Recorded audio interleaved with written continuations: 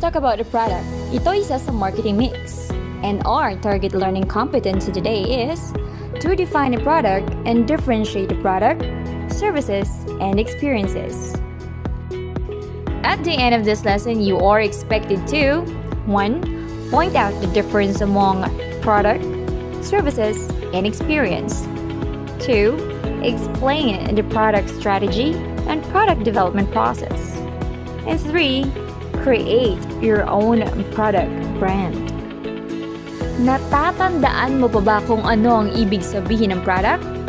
Then, let us have an activity.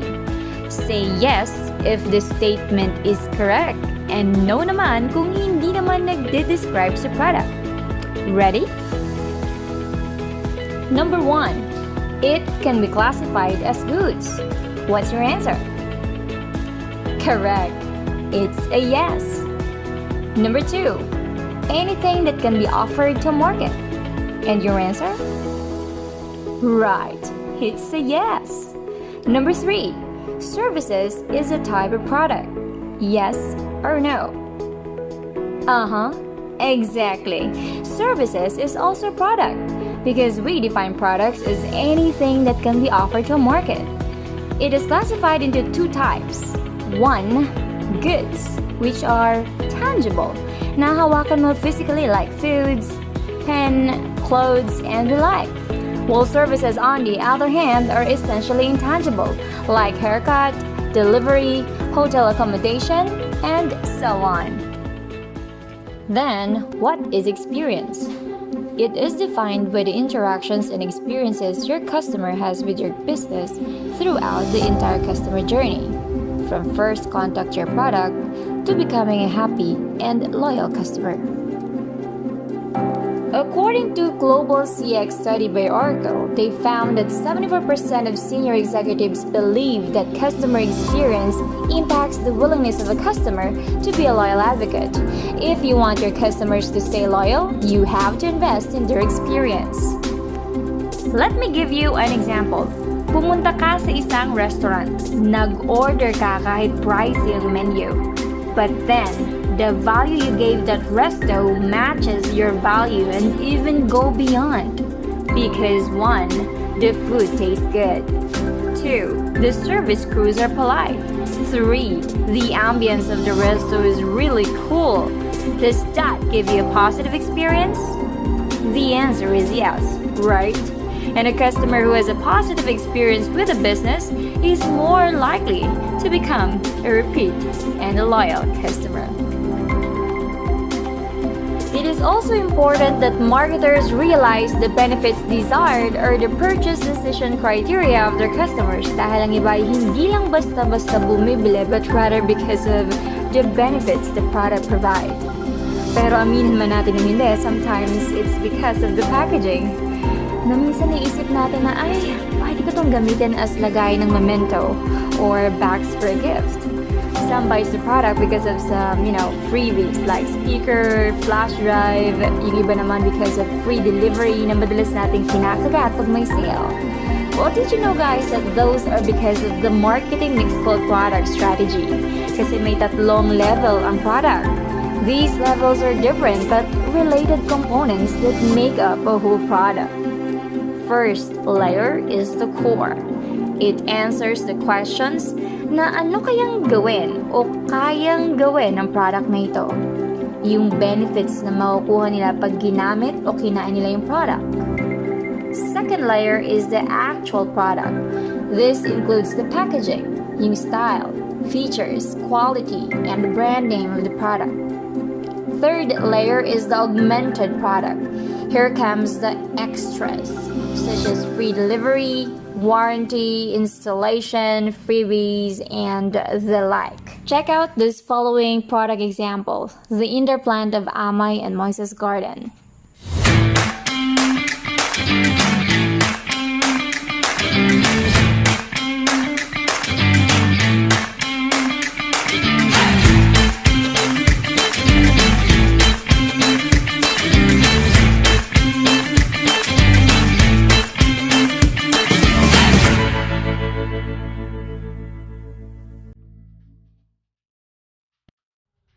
Now let's talk about new product development process. This is the process of bringing an original product idea to market. New product development is important because it serves three purposes according to Go 2010. One is to effectively respond to changing customers' needs and wants. Two, to effectively respond to competitors and other threats fast. And three, to effectively respond to the company's expansion plan. Just look at the smart TV today. Mahuhulaan mo ba na magkakaroon yan 15 years ago or 10 years ago? What about new products na ilo-launch 5 years from now? Alam mo na ba kung ano? As you noticed, marketing strategy formulation begins outside of the firm, like customers' needs, competitors, expansion, so that the business will constantly focus on marketing opportunities. So how the new product is being developed? Here are the process. Stage 1, idea generation. You can do surveys for this. Usually the research and design department come up with this idea, but say if you're a promising entrepreneur, ideas need not always come from crisis situations.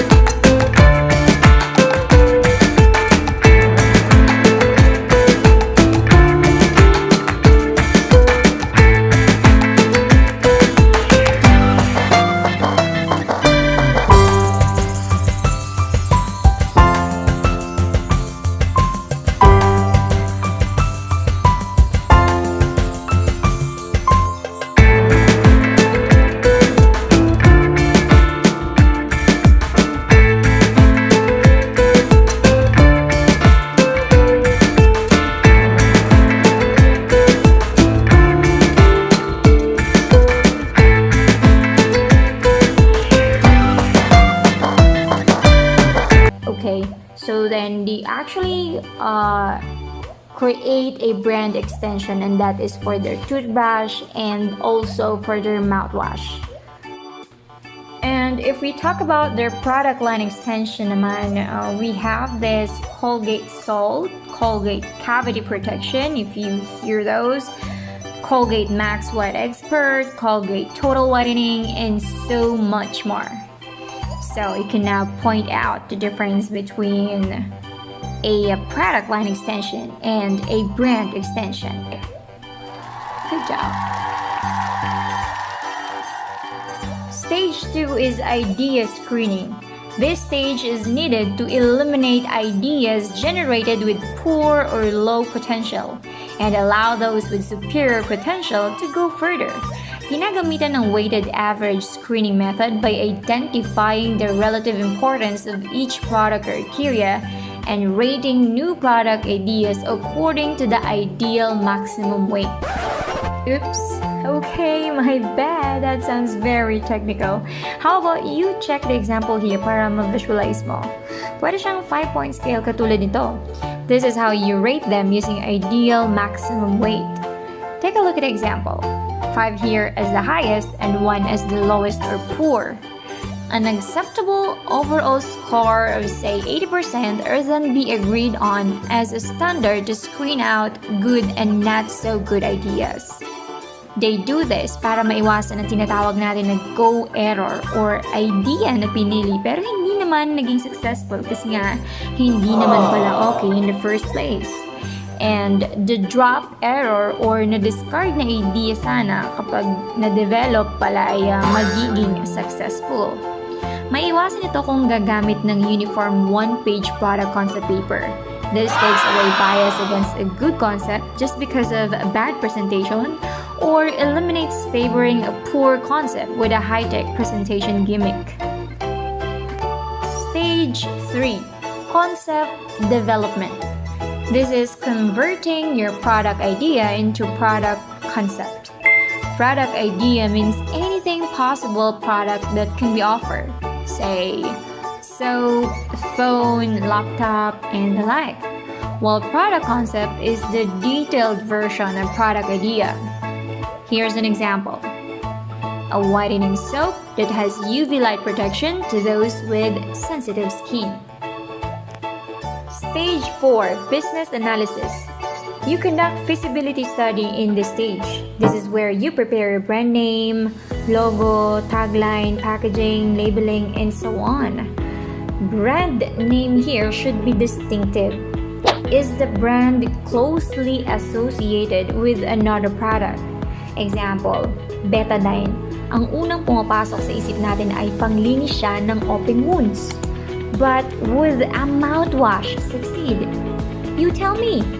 Iisipin mo pa, meron bang ganon? They have to do brand positioning para mabago itong klase ng pag-iisip ng tao tungkol sa kanilang product. Moving on. Another thing to consider is the word association. Does it have a pleasing meaning? Why it matters? Take Domex's milk products as an example. It never took off because customers associated it with another product called Domex. Yung panlinis ng CR pang yung unang pumapasok sa isip natin dyan. Next is pronunciation. Can it be pronounced easily? Mortimer Mouse, the original intended name conceived by Walt Disney, is not as easily pronounced as Mickey Mouse, the names suggested by Disney's wife, Lillian. The next is logo. According to Canton 2021, a logo is a graphic mark, emblem, symbol, or stylized name used to identify a company, organization, product, or brand. It may take the form of an abstract or figurative design, or it may present as a stylized version of the company's name if it has a sufficient brand recognition. It should be simple and easy to understand and has a meaningful stand of the overall brand. Slogan. A striking line or phrase that embodies the company or brand. It can be a mantra, a company statement, or even a guiding principle that is used to create an interest in your company, product, or service. Examples are videos We Find Ways, McDo's Love Ko To, and so much more. Packaging. There are two layers of packaging. We have the primary and secondary. The primary packaging, or the packaging that most closely touches the product, often referred to as a retail packaging. Kasi ito yung parang tingy style na pag-wrap, lalo na kung maramihan sila na pinagsama-sama sa secondary packaging. Unless 1:1 ang product at packaging, like toothpaste. Secondary packaging, on the other hand, covers the primary packaging.